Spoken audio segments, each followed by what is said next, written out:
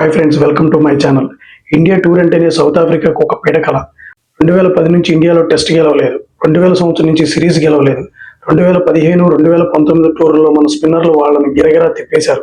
కానీ ఈసారి కథ వేరేలా ఉంది. South Africa legends Graeme Smith, Hashim Amla, Faf du Plessis ఈ టూర్పై ఒక బలమైన విశ్లేషణ చేశారు. ఈసారి సౌత్ ఆఫ్రికా ఒక కొత్త ప్లాన్తో, భయంకరమైన బౌలింగ్ అటాక్తో వస్తుంది.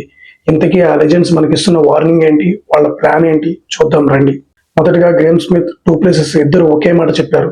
భారత్లో గెలవాలంటే మొదటి టెస్ట్లో అద్భుతంగా ఆడాలి.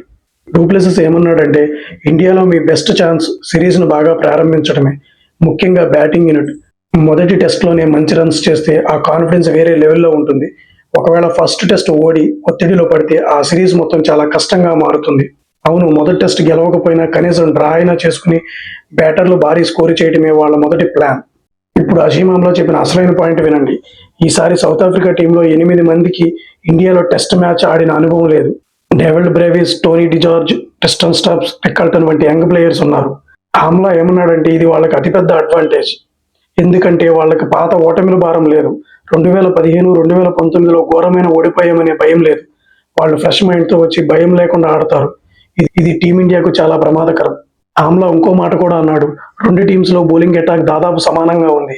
ఇది చాలా పెద్ద స్టేట్మెంట్. ఎందుకంటే సౌత్ ఆఫ్రికా స్పిన్ అటాక్ రీసెంట్గా పాకిస్తాన్లో 33 వికెట్లు తీశారు.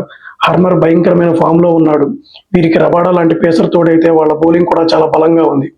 కాబట్టి అసలైన పరీక్ష బౌలర్లకు కాదు, బ్యాటర్లకే.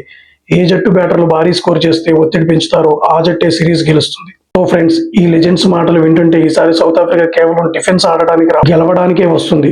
వాళ్ళు నో బ్యాగేజ్ కుర్రాళ్ళు, ఫామ్లో ఉన్న స్పిన్నర్లు మన టీమిండియాకు గట్టి సవాలు విసిరేలా ఉన్నారు.